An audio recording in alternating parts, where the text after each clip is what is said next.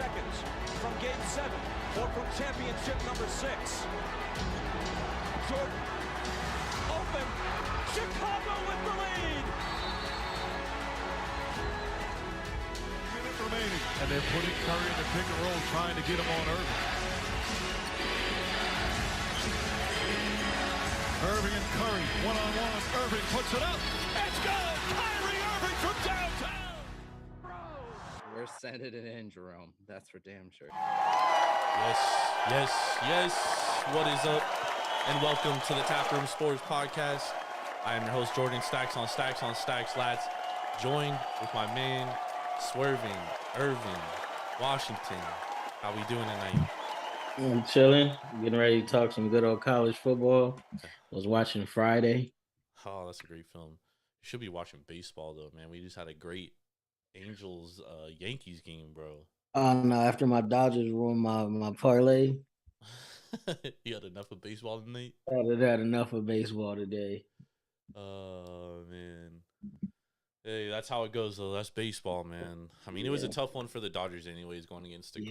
Yeah. I thought with the plus money. And now the Dodgers, they're 1-3 on the year now. Or 1-4 now after this game as underdogs this year. Underdogs. So, not a good underdog team. But we got a lot of college football to talk about. So we're going to spend some time tonight talking about a handful of games, mostly the important games with good matchups. A lot of top 25 programs this weekend playing FCS schools or dog shit FBS opponents because they're all fucking pussies. You know, that's how it goes, though. And I shouldn't really be talking because USC's playing Rice this year, which is, something they don't normally do. But that's better than playing We was scheduled to play FCS school. Yeah, Lincoln's going to learn soon. We don't do that. We don't do that at SC, dude. No, the previous regime scheduled this game because remember they do schedules 2 years in advance. But when Bone got hired, he saw that USC had the tradition of not playing FCS school, and he changed it. Smart man. He's a smart man. But we got a lot to talk about. We are being brought to you by Tavour. Make sure to go to Tavour.com or download the Tavour app straight to your mobile device. Use promo code Taproom for $10 off your first purchase of $25 or more. That's craft beer delivered straight to your front door. You don't even have to leave your seat. How great is that? It's fucking awesome. Let's go, y'all! So now let's move over to some football. Let's talk about our first game tonight. First game we got is the West Virginia Mountaineers versus the Pitt Panthers. This game right now, Pittsburgh -7.5. This line actually opened at 6.5. It moved all the way to 8. It has come back down to 7.5. Over under is 51.5. What's your thoughts on this game here? This is a rivalry game. It's the first time this game has been played since 2011 as well, by the way. Nice. 11-year absence of the rivalry. I think it's going to be a good game. It's going to be a back and forth. I do think Pitt has the better defense, though, so I think that's what's going to make the difference. You got the battle of the former USC QBs. Yep. JT Daniels versus Cleveland Slovis. So whoever plays the cleaner game and makes the most plays, I think that's who's going to win. My money is actually on Pittsburgh. Honestly, I forgot to put them in my top 25. I think they could win this game going away because West Virginia was replacing a lot on defense. So I think that's going to hold them back. Because even though Pittsburgh lost Jordan Addison, they got a pretty damn good wide receiving core, and they got a more than capable quarterback. And they returned their entire offensive line. And the O-line's coming back. So, and I like what Pitt has on defense a lot more than what West Virginia got. This game is interesting to me for the simple fact that, like, when it moved to 8, I was like, that's too much. Like, I would take West Virginia there. I didn't get to take it. It has moved down to 7.5, which I think is probably the appropriate line. If it was 7 or 6.5, I would play Pittsburgh. This game to me is a stay-away game. Right now we're seeing 52% of the bets are on Pitt and 76% of the money is on Pitt. 48% of bets on West Virginia, 24% of the money. So we're seeing like a lot of different splits. I know a lot of people in the sports gambling industry that do college football. I know they hammered Pitt -6.5 when it first opened, which is why we saw it move. So I explained some of the line movement. Also explained some coming down because there was a lot of buyback on the market there. I mean, for me, this is interesting because Pitt returns a lot. You know, yes, they lose Kenny Pickett, but you get Keaton Slovis, who at one point was looked at as a first round draft pick, and he still could be. If he has a very good year. Pitt does lose Mark Whipple though, so they are instilling a new offense. They do lose Jordan Addison, but they return basically everybody else, which is beneficial, and they're at home. West Virginia, you said it. They lose a lot on their defense, and them too instilling a new offense. Graham Harrell, a guy I don't really know what's gonna happen, dude, because Yeah, there's two he's too Graham hit or Harrells. miss Yeah, because is he gonna be the offensive coordinator we saw at USC his first year, or he gonna be the Graham Harrell we saw the last 2 years? So, with that being said, like you say, you probably want to stay away from it. But if I was to put money on this game, I would have to ride with Pittsburgh. yep. So I did mention this. This is the first time it's being played since 2011. Pitt has lost the last 3 meetings versus West Virginia, and 4 of the last 5 meetings have been decided by 4 points or less. So that's one thing you have to keep in mind. Rivalry games are usually one-score games, but I think this one's a little different because they haven't played since 2011. And Pitt, let's be honest, dude, Pitt wasn't good in 2011 at all. At all. This is a much different team. At 7.5, like I said, this is a stay away from me. The total is 51.5. I think it opened. It's actually been it's been bet down. I opened 52.5. So it too has been bet down the under. I think the under might be the smart play. But 51.5 right now, that's pretty fucking low, dude. Yeah, for those two offenses, well, they did lose some playmakers.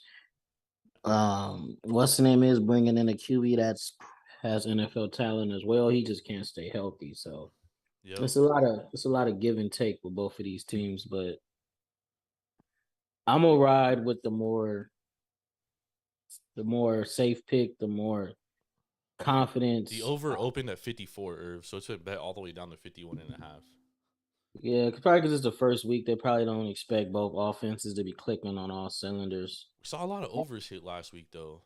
Yeah, that's true. And I always have the same mentality that like you usually want to play unders early on, especially in games with 2 new offensive coordinators. I think that is a smart play at under 54. But both of them run spread offenses though, so yeah, and they're gonna be fast paced. Yeah, and I think that's the reason why I would bet the over, honestly, because if West Virginia defense is anything it is like it's on paper, Pitt might put up 30, 40 points by themselves. So yeah, 51.5. 54 I like the under. 51.5 though, I think you gotta play the over here. Yeah, I would play the over. That would probably be that's probably the only bet that I would play the over, and I'm gonna be bold. I'll play the over and take West Virginia. Plus 7.5. Oh, my bad. Pittsburgh. Minus my 7.5. My daily on. Yeah, I'm gonna take Pittsburgh. Dude, that's a big line, dude. 7.5 in a rivalry game, Irv. I'm gonna ride with my boy Slovis. Jay, what about JT, bro? JT is a good quarterback. He just can't stay healthy. And he's healthy for this game. And I'm kind of skeptical on him anyway because he couldn't beat out Stetson Bennett. So no, he was better than Stetson Bennett. Dude. Let's be real. I mean, dude, even Georgia fans were calling for JT Daniels to start the national championship after they lost to Alabama. That is true, but I gotta troll him a little bit. But I think he's gonna be all right. He did look good. Well, that first quarter, first 3 quarters, he pretty damn good in Graham Hill's offense.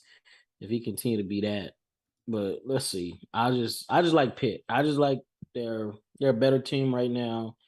They're a better overall team, especially when it comes to defense and offense. Yeah. I'm not saying Graham Harrell couldn't be a good OC for them because he is a pretty good OC, but then he comes from Lincoln Riley. Well, Mike Leach's coaching tree. But I like Pitt's trajectory right now. I agree. 7.5 is just too much for me. If it moved to 7, I would absolutely take Pitt. Or you can like at 8, that's a good teaser play. What they call a Stanford Wong teaser. You tease a 8-point favorite down to 2, and then you could find another game that way and play that because 8 points down to 2, that's a 1 possession W right there, basically. I got Pitt, and I got them winning by 10. It's bold, bro. That's a bold strategy. That's a bold strategy. It's going to work out. That is a bold strat, dude. The Phillies, I mean, dude, this is insane, bro. They are 15. This is 14 runs now, dude, against the Diamondbacks tonight. Yeah, after the Diamondbacks pretty much shut their ass down the first 2 games. And beat the shit out of them. Now they're giving them payback. All right, let's move on to the next game on tomorrow night, which is Penn State versus Purdue. So we did a Big Ten preview. We also did a ACC and Big 12 preview. Both of us were kind of mum on Penn State, and we were both kind of high on Purdue. So I'm interested to hear your thoughts about this game. Right now, Penn State, this game opened and has stayed the same, dude, for 3 months. This game has not moved. -3.5 Penn State on the road at Purdue. Purdue is the underdog, +3.5 on the money line, +143. Penn State -175. The total right now is 53.5. Opened at 54.5, so it's been bet down by 1 single point. That's a 1 drive, basically. Like you said, I was more optimistic about Penn State than you. But now that we broke it down, we had a chance to look back at what they're actually bringing into the season. This is a team that's going to rely heavy on their run game and playing good defense. But they couldn't run the ball last year. Yeah. Hopefully they could do better at it this year because, like you said, I went back and watched that QB, and dude is terrible. So it's Steve Clifford. So I think the defense has to play very well this year for them to get to maybe be a 9-10 win team. Unless Clifford just grows up right before our eyes. I don't know. I like Purdue at home, man. I'm not really feeling this Penn State team. Now, they should have a good defense. They should have a good pass rush. But on the offensive end, nothing is a given outside of the running backs and the wide receivers. But if you don't got a good quarterback and the O-line doesn't play better, that offense is going to look pretty bad. And Purdue isn't world beaters, but they're going to have a good team this year. I like what they bring to the table this year. This might be their best team in 5-6 years. That's tough for me to say, only because they lose their best defensive player in their school's history in Karlaftis, which is a huge blow. But I don't think it's going to. I don't think it's going to hurt them like to the point where they're going to be like so much worse defensively, and they could also be better offensively, even though they lose David Bell because Braum, all he does is produce NFL level wide receivers. So it's like it's next guy up. You know what I mean? And Aiden O'Connell may be the best quarterback not named CJ Stroud in this conference. And I know that's a bold statement probably. It might be a hot take, I don't know. But I'm comfortable saying that, dude. I like this Purdue team. Well, we know he's an established starter. You got Michigan starting 2 quarterbacks in 2 weeks. And the saying goes, if you got 2 QBs, you don't have any.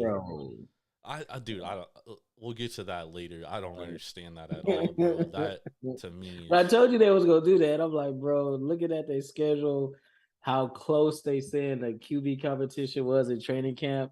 I was like, don't be surprised if they start both quarterbacks and let them play a half. But now it's the Phillies are still scoring runs, Ervin. Damn, a game apiece. That's why they're trying to make a case for Schwarber to be the ML MVP. That was incredible.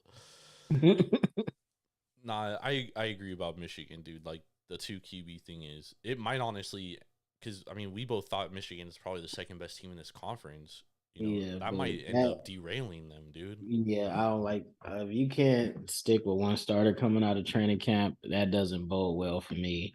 Because the only team I ever seen do that well was way back yonder, and that's when the real Catholic versus convicts, the 2008 Florida game. Well, no, the year before when they had Chris Leak and Tim Tebow, they ran a 2 QB system and it worked out because it got them to a national championship, and I think they won. But And Anyway, they were both totally different quarterbacks yeah, too. both totally different quarterbacks. JJ and the other kid are pretty much the same. And this dude took you to the playoff and beat Ohio State. So Yeah. I don't see how his job is not secure. Back to the Purdue game though. Yeah. I just think at home we see Purdue every year they upset a good team. Every single year it happens. And why can't it happen in the first game of the year too? You know what I mean? I think so, because usually the first game of the year is when you might have a bigger upset, and these teams are pretty even. It's not like Penn State is that much better than Purdue at any given position besides D line. I'd, They I'd do I'd probably say Purdue's better offensively, Penn State better the defensively. defensively, yeah. But one place where Penn State has a clear advantage is going to be on the D line. So Yep. other than that, the linebackers have to play better, and that secondary hasn't been good in a couple years. So Yeah. and facing a quarterback like Purdue has, it's a chance they could get lit up, especially with Purdue at home. Yeah. No, I like Purdue at home right here catching the 3.5 points. I mean, this has been one of my favorite bets of the summer. I'm honestly surprised it hasn't moved down like 2.5. Right now, Purdue is getting 70% of the money, and Penn State's getting 57% of the bets. So that's telling you less bets, more money on Purdue, which usually tells you that's sharp money, which is why I'm honestly surprised this line hasn't moved. Uh, It's going to be a pick 'em pretty much. I mean, it may move tomorrow. So if you like Purdue, I would get it right now plus 3.5 because you don't want this number to dip to 3. That's a magic number because then it's you lose by a field goal and it's a push. If it's 2.5, you lose by a field goal and you lose your bet. The over under 53.5. I probably lean the under here, and the only reason being is because I don't know what kind of offense I'm going to get out of Penn State. If they can run the ball, it changes the whole outlook of this team. Yeah, because then they'll be able to do play action. And last year they couldn't run the ball and they couldn't protect their quarterback, so it made Clifford look a lot worse too. He may be better if he has protection. They have all new running backs. They do return Clifford. They don't have a lot of experience on their offensive line, but that might be a good thing because their offensive line wasn't good last year. It was horrible. So that's something to look forward to for Penn State. But I like Purdue here. I like Purdue plus 3.5. That's my bet in this game. You like that too? Yeah, I'll stick with Purdue. I was riding Penn State at first, but I did some more digging. I like Purdue, and I also like the under as well because I don't think Penn State is going to score enough points. They might get 10, 17 points because that offense. If they score more than 21 points, I'll be surprised. Yeah. Who? Penn State? Yeah, Penn State because that offense got to show me a lot more than what I saw. Purdue's defense got to show us they can stop without Karlaftis, and they lose 2 of their starters in the secondary. I mean, they lost some starters. They only returned six guys on defense. Yeah, but they also had a good recruiting class, and they got some good transfers too. True. So we're both taking the Boilermakers here plus a 3.5 at home. So let's move over to some Saturday games now. I'm gonna pull them up right now. Sorry, I'm lagging here. Our first one was Oregon versus Georgia. All right, Oregon versus Georgia. Last time I saw it, it was 11 points.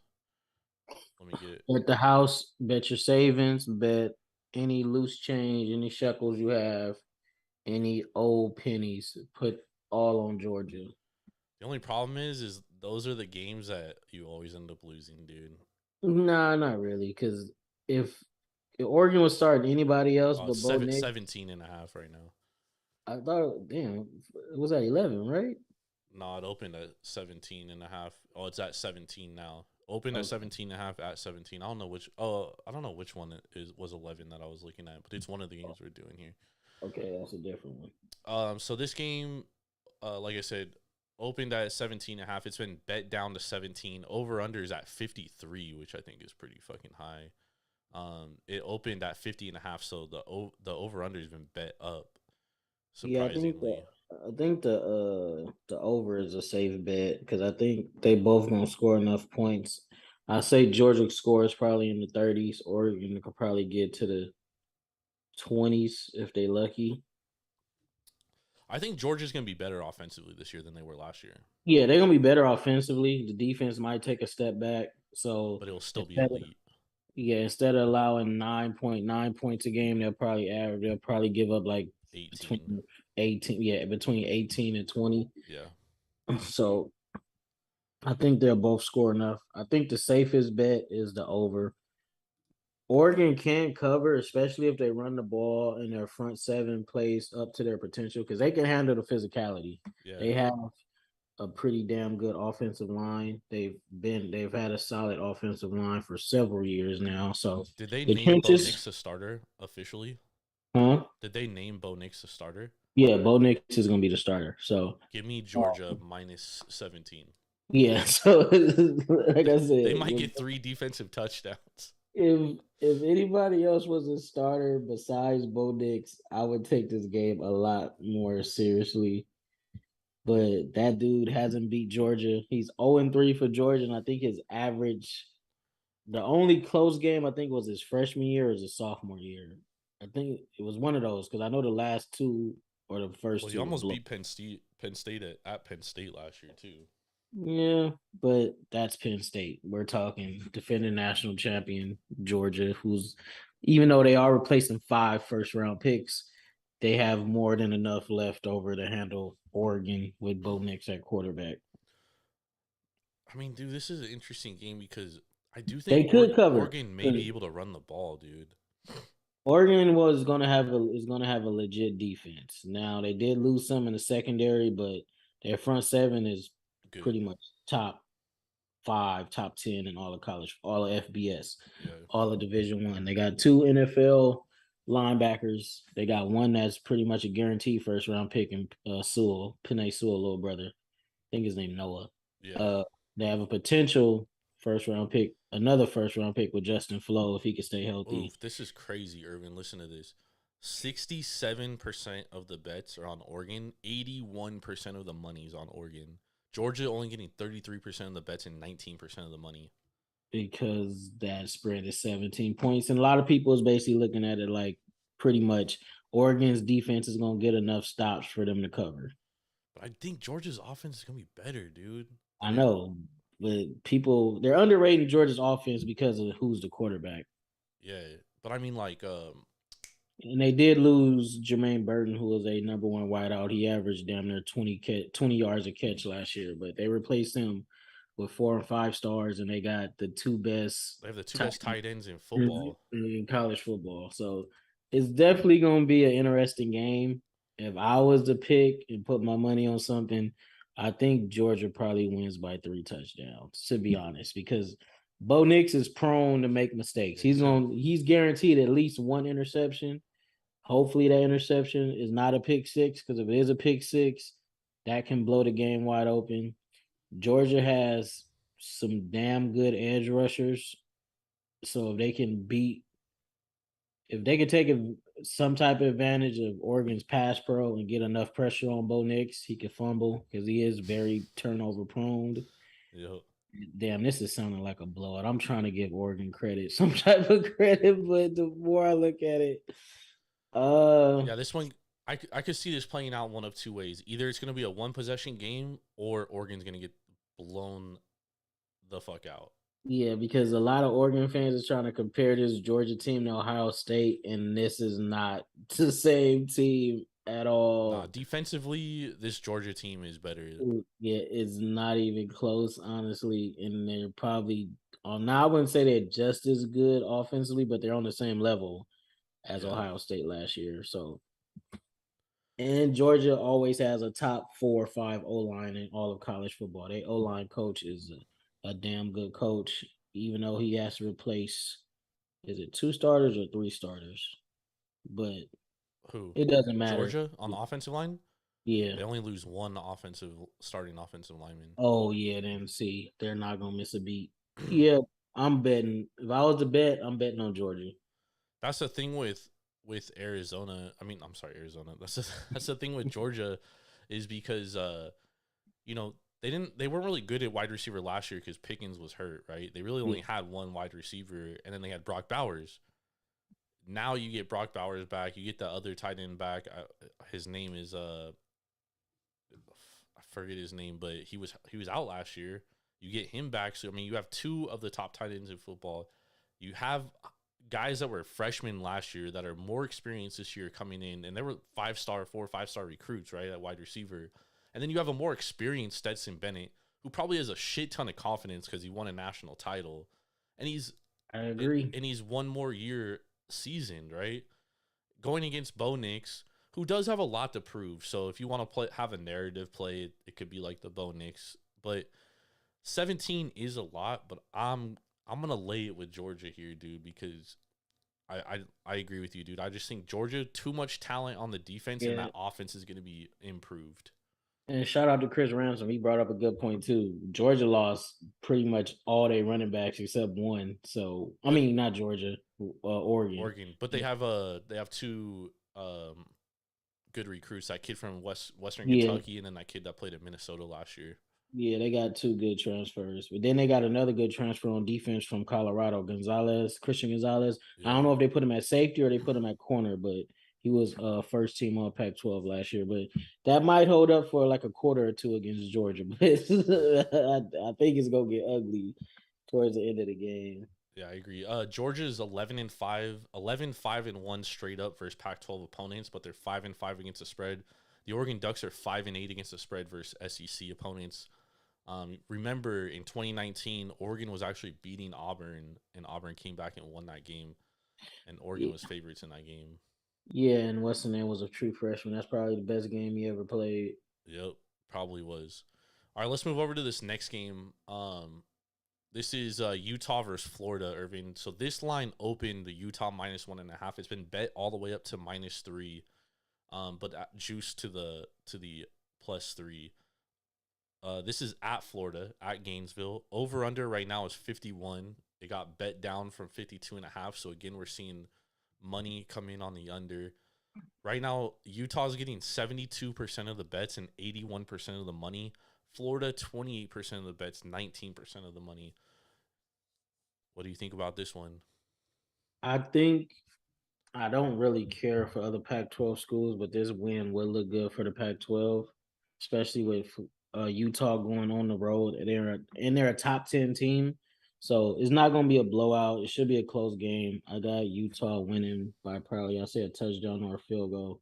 The thing to watch in this game is going to be the turnover battle, and is Cam Rising the quarterback we saw from game? I think he turned it on like his second or third start all the way through the rest of last year, or is he that Cam Rising that couldn't beat out Charlie Brewer?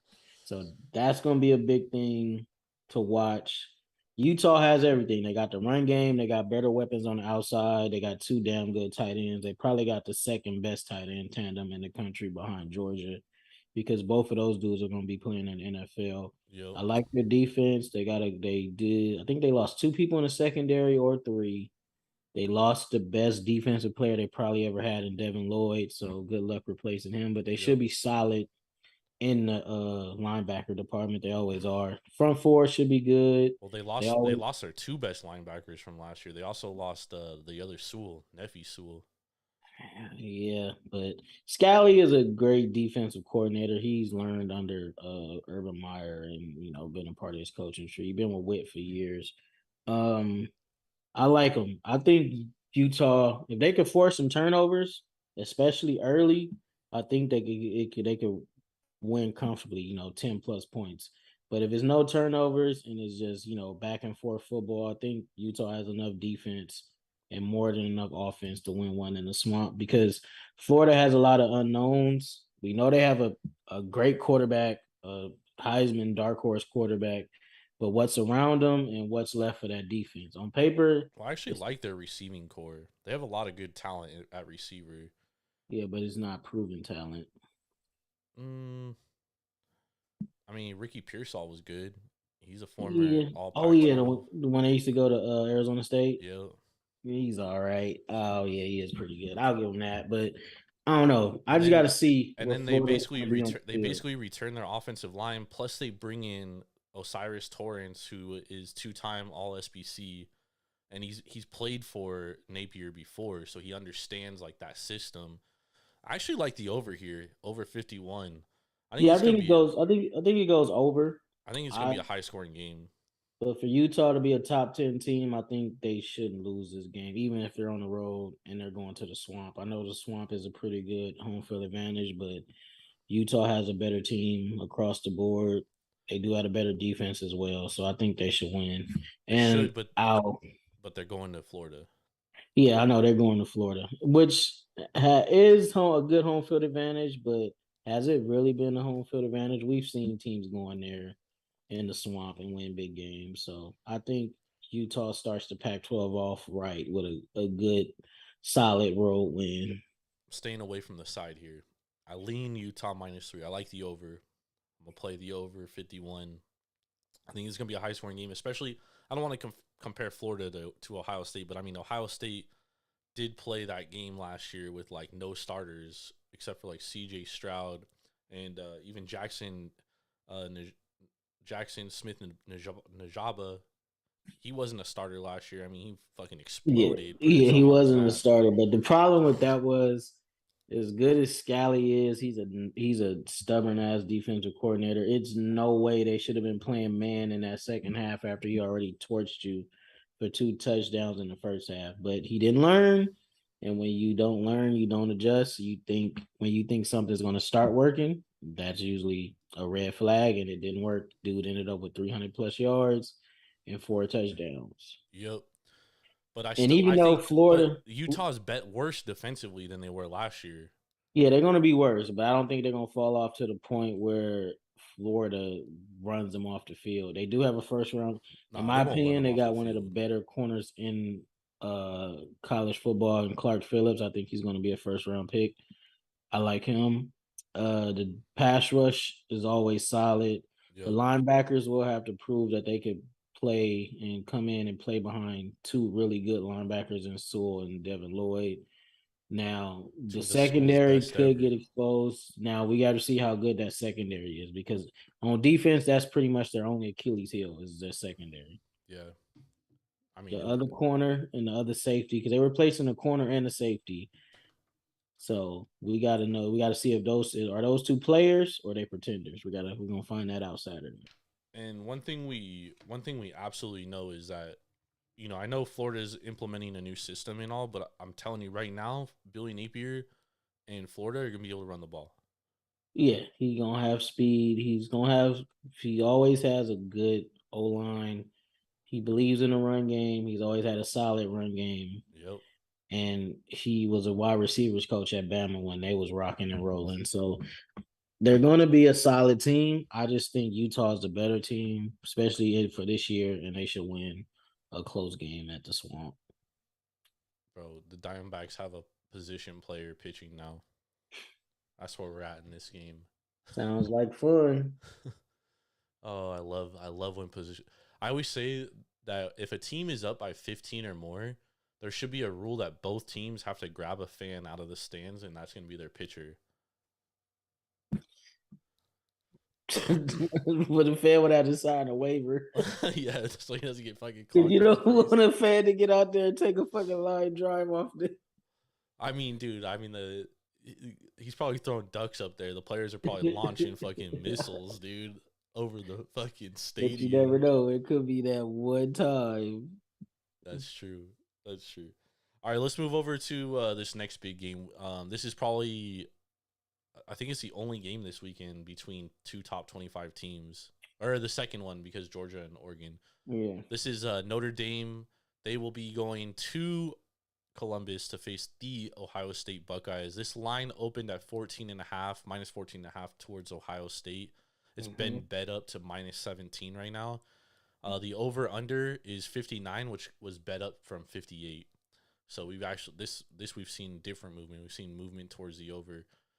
Right now, Notre Dame's actually getting 59% of the bets, Ervin. Only 35% of the money.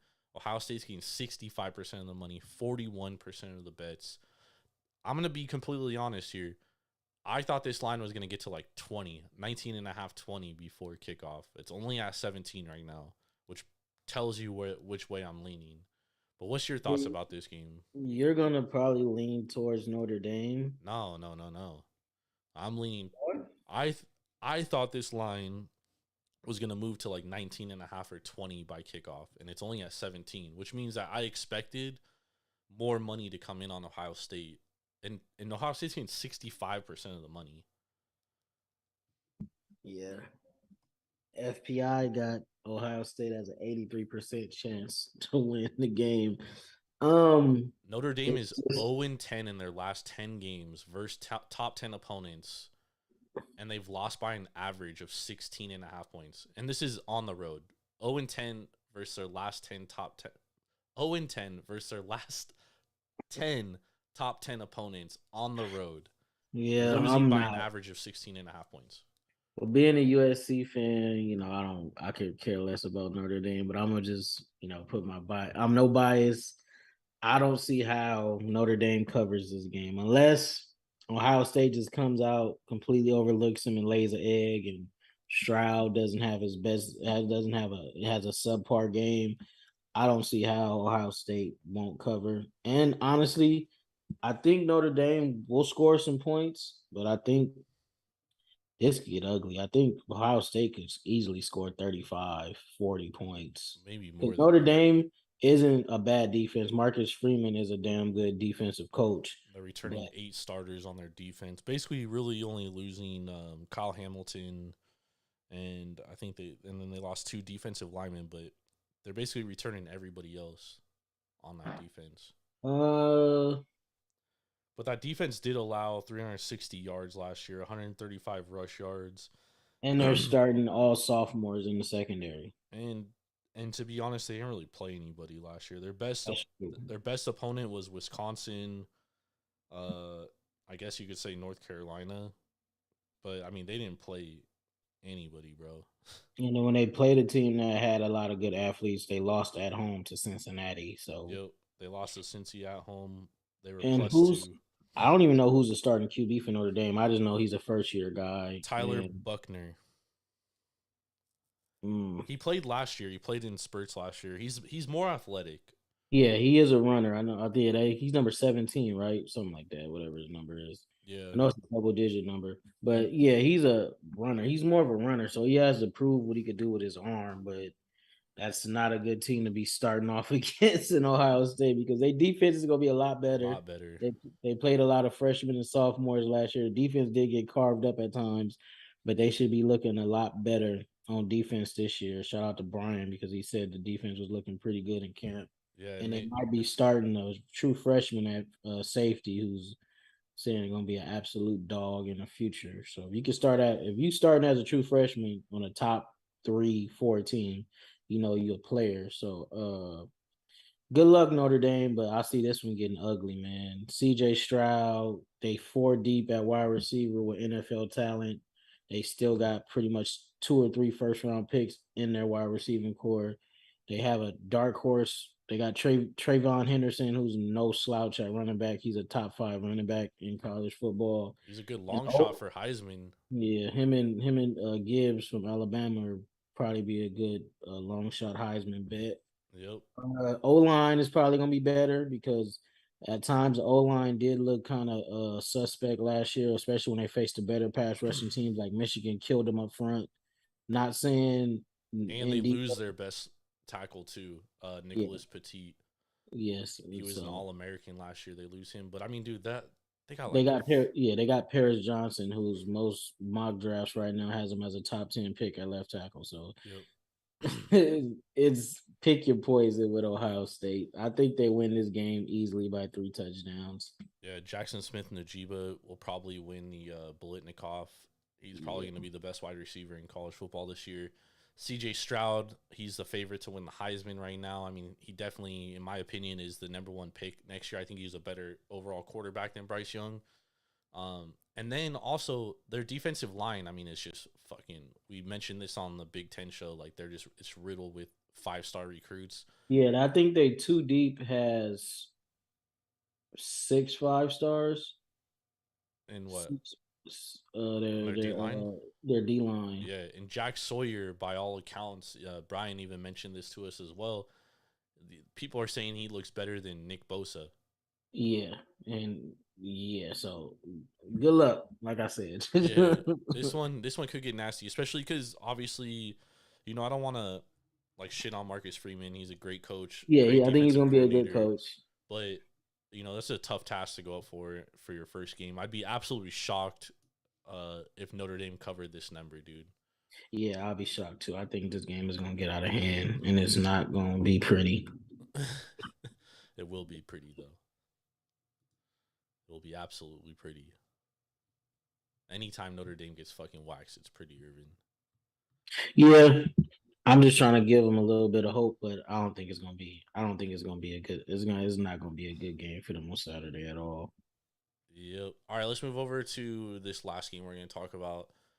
This game is actually between two top 25 opponents too. This is Arkansas versus Cincinnati. Right now, Arkansas is. I just had it up and it switched over to the Marshall Thundering Herd. What are we doing here, computer? Shout out Randy Moss. Yes, shout out to Randy Moss. Let's see. Let me scroll back down. Sorry, there's like 65 games I'm going through right now. I believe it's -10. Is it a 12:30 kick? Oh, here we go.